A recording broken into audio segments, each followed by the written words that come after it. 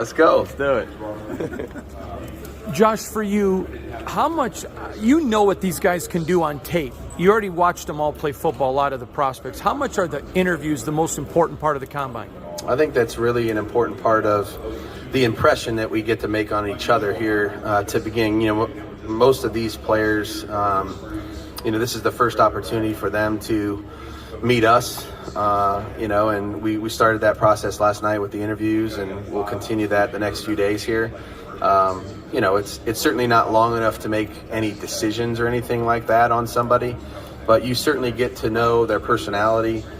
You get to know a little bit about their background, what they love about football, and that's the beginning of the process for us. So it's the part that I enjoy the most about the combine is really just, I now have an idea of what somebody is like, and then we just got to dig deeper here the next few months. With limited visits where you're allowed to bring them into Vegas, can this determine a lot of who gets an invite, or maybe guys you think you're going to invite say, nah, never mind? I think it kind of helps us make that decision process a little easier. I don't know that in an individual interview that it would nail it down one way or the other, but certainly if it went really well and it kind of eliminated some of the questions you might have had about a player, you may not need to use one on them, and certainly if you left the meeting feeling like there was still some meat on the bone and you really needed to know some things, then I think you can use the 30 visit, or you potentially have to go, see them, or Zoom them. And there's a lot of avenues now for us to gather more time with the players. And we'll use all those avenues as we lead up to the draft. Josh, is there a level of urgency to get through this offseason with the quarterback as a future for the Raiders? I mean, I think there's always urgency at that position. Look, the goal for us eventually is to have somebody that's going to be here for a long time. I think that, you see the teams that are having success right now in our league, I would say in our conference, and specifically in our division. They're young players that were drafted by their clubs, and they're being developed there under the same continuity. And so I think that eventually, yes. Do I think you have to do that if you're not sure or not sold on the player, and now you're making a mistake just to try to say that you're solving a problem? I don't think that's really a smart decision. So we're going to do everything we can do to evaluate every player at that position, both in the draft and free agency, and try to do what we can do to improve the room. I mean, there's certainly going to be a number of players added at that position. Right now, only Chase Garbers is under contract. So we'll look at everything we can look at. But the goal eventually is to try to have a young player here that's going to be a Raider for a long time. I know we're just getting into that process for you guys. Is there an expectation that quarterback could be here in Indianapolis? He certainly could be. Again, I think it's a very young in the process, if you will. Especially for me, after coming off the season. There's other people in our organization, Dave Champ, his group, Brandon Urigan, that have scouted these guys extensively. They know more about them at this point in time, but that circle will get closed here shortly. I'm really excited for this process because I'm going to get an opportunity to sit face to face with most of the quarterbacks that are here, or at least a good chunk of them. And then we're going to kind of recalibrate, and then Dave and I will figure out exactly what direction we need to go with the rest of the spring. What are some of the traits you're looking for in the quarterback? Because there's many different ones here. Yeah.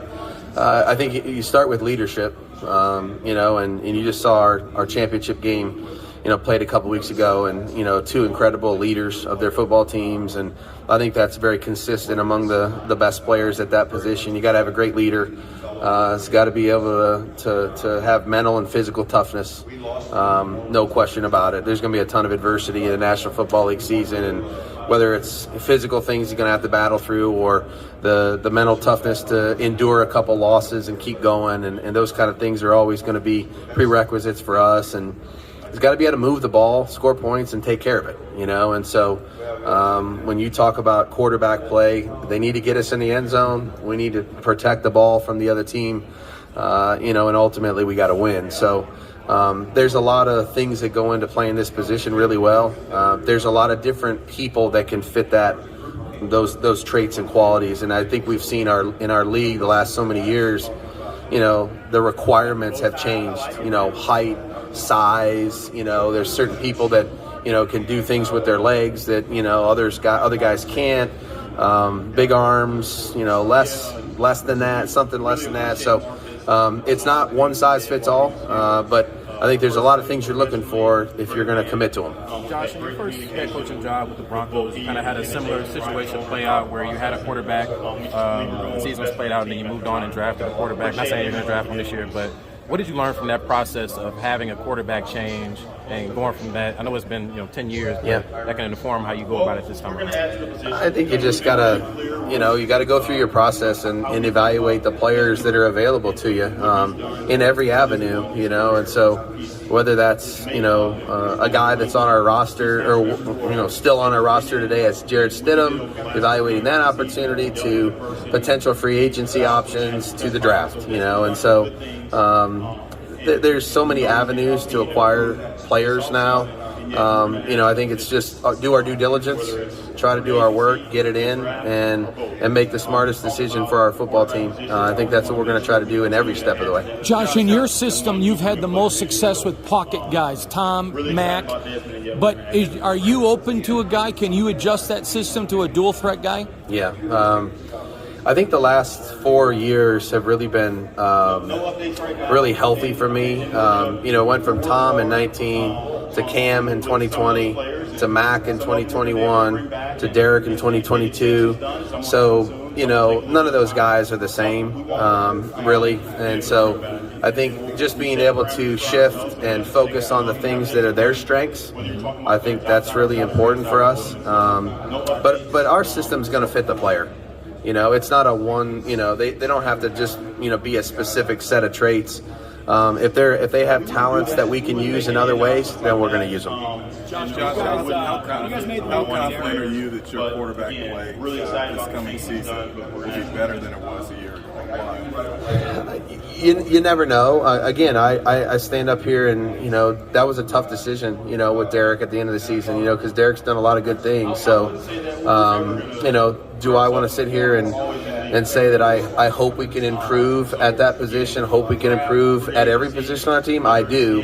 And then that's what we're going to work towards. That's definitely what we're going to work towards. But when you make a move like that, it's because typically you believe that you can be better at that position. Well, at this point in time, we don't know who that player is yet. Once we identify who's going to be there, there's certainly an expectation that we're going to get good play out of that position. We have to get good play out of that position because if we don't, it's very difficult to win in this league. So that's my job, and that's what we're going to try to focus on. Josh, when you guys made the move with Derek, a lot of us put 2 and 2 together.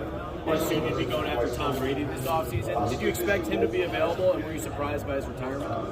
That decision really had nothing to do with any other player. We just really it was about what we thought was best at the time for us. I'm not surprised. Honestly, nothing would surprise me with Tom. He's a great friend of mine, and whatever's best for Tom and his family. And in this case, it was to retire.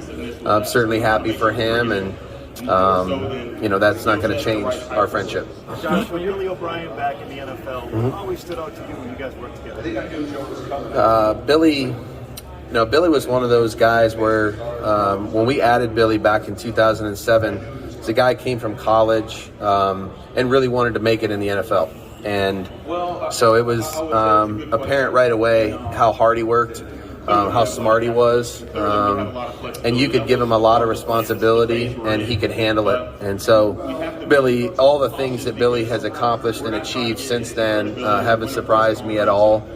Being successful as a coordinator in New England, winning at Penn State, winning in Houston, going down to Alabama and being part of their success there, none of that has surprised me. So he's a great football coach, extremely hard worker, and a lot of confidence that Billy's going to do well wherever he's at, and obviously now that's in New England. Josh, a lot of coaches in your position, you're wondering, oh my God, what's my GM think? How much of a blessing is it for you that you and Dave are on the same page with everything, so while you're doing end-of-year evaluations, you're not worried about what he's doing? Yeah, no, Dave's Dave's a great partner for me, and super well prepared, really ahead in terms of what's coming next in our calendar year, and just has really been refreshing for me to, when I'm not at a certain point, I ask a question, Dave's got the answer, and we can the healthiest part of our relationship is we can agree, and then sometimes we can disagree, and we can work through those things and figure out what's best for the team. And I don't think either one of us really has an ego.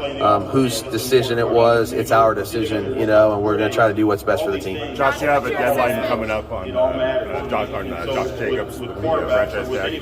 Any expectation that can get wrapped up before it gets to that point? What we said at the end of the year is the same as it is now. Love for JJ to continue being a Raider. I know Dave and his representative have been in contact. They're working through that process together, and that's the hope and the goal is that he's here for a while. So we'll see how that all plays out. But again, Dave and Josh's representatives have been in contact, and that's the goal. That's what we're working towards. Josh, how do you feel about the quarterbacks? We want to be here. We want to be here. The draft class here, it's a lot of different skill sets,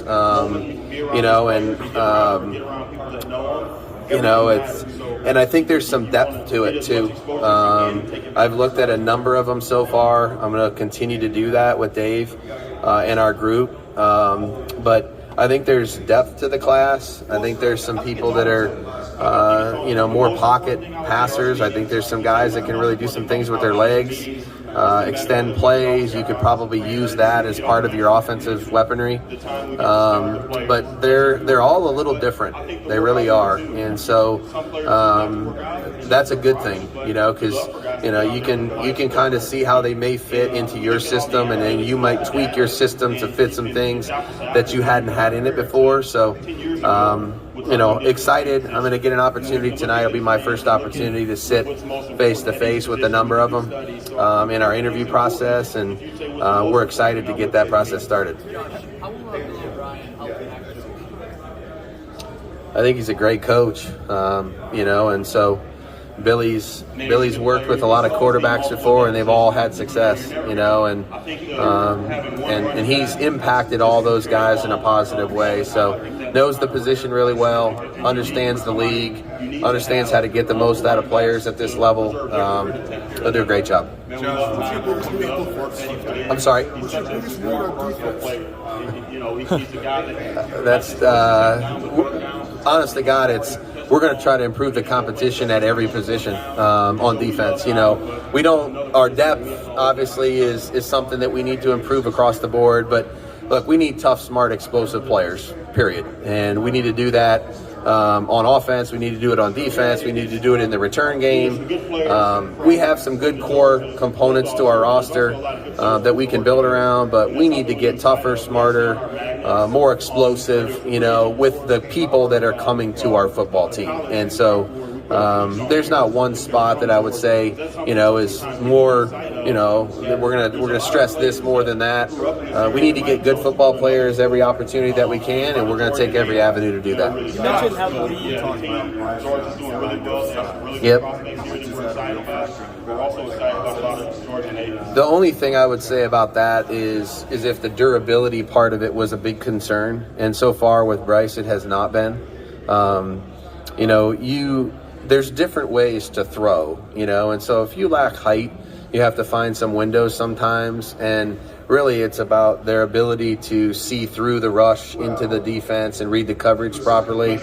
I'm not sure anybody's done it better than Bryce here for a while, in college football. So height is not a prerequisite, and I think you see that now look, Russell's had a great career. Kyler Murray's been really good for his short time in the league. There's other really good players, in the league that lack the ideal 6'4" height that we used to have, 15, 20 years ago. Everybody was kind of looking for the same thing. College football is different. It's producing a lot of different types of players, and guys can figure out how to throw the ball. And so to me, when you watch the tape, if the height doesn't impact his ability to find open receivers, throw the ball well and accurately, and his body size hasn't been a problem relative to overall durability, then I think you just got to evaluate the player. You mentioned how the league is changing and rocket arms, people using their legs more. Have you personally felt that escapability and chasing that second play and adding plays has been something you're coveting more in that position? I think you definitely you can be served well if you have the ability to do that at quarterback now. We've seen that now. I don't feel as a coach that my job is to put all the pressure on the quarterback by not doing a really good job of designing what we're doing so that he has to move around the entire game and because there's nobody to throw to. So as coaches, we always want to give our players good options so they don't have to do that. But certainly the guys in our league that can extend plays and add time to the passing game, create loose plays, or make yards with their legs in general, those are all tough guys to defend.